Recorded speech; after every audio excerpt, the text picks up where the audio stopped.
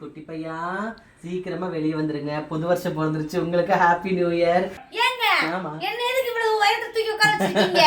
ஆமா, நான் நேத்து பார்த்தேன் நியூ இயர்க்கு கேக் வைக்கணும்னு. நீங்க பாப்பாட்ட அவ்வளவு அழகா பேசுறீங்க. அப்ப நானும் பாப்பாட்ட பேசணும்ல. 8வது மாசத்துக்கு அப்புறம் தான் நம்ம பேசுறது குழந்தைக்கு நல்லா கேக்குமா. குட்டி பையா இருங்க, எப்பயும் பாப்பா தானே சொல்லுவீங்க, இப்ப நான் திடீர்னு குட்டி பையான்னு சொல்றீங்க. எனக்கு என்னமோ பையன் தான் தோணுது. இவங்களுக்கு எப்பயுமே பெண் குழந்தை தாங்க பிடிக்கும், திடீர்னு குட்டி பையன்னு சொல்றீங்களே. சரி, எதுவா இருந்தானே நம்மளோட எதுவா தான் ஏத்துக்க வேண்டியதான். ஆனா நீங்க உங்களுக்கு பிடிச்சது வந்து பெண் தானே.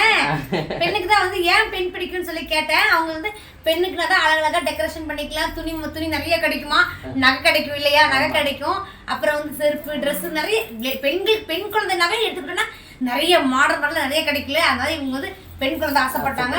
இப்ப திடீர்னு பையன் சொல்றீங்களே. குட்டி பையா சீக்கிரமா வெளியே வந்துருங்க. புது வருஷம் பிறந்துருச்சு, உங்களுக்கு ஹாப்பி நியூ இயர்.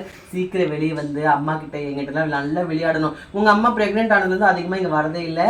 நீங்க வெளியே வந்ததுக்கு அப்புறம் என் கூடயே இருக்கணும், நான் உங்க கூடயே இருப்பேன். சரியா? சும்மா இருக்க நேரம் எல்லாமே நீங்க தான் நானு, நாங்க தான் நீனு.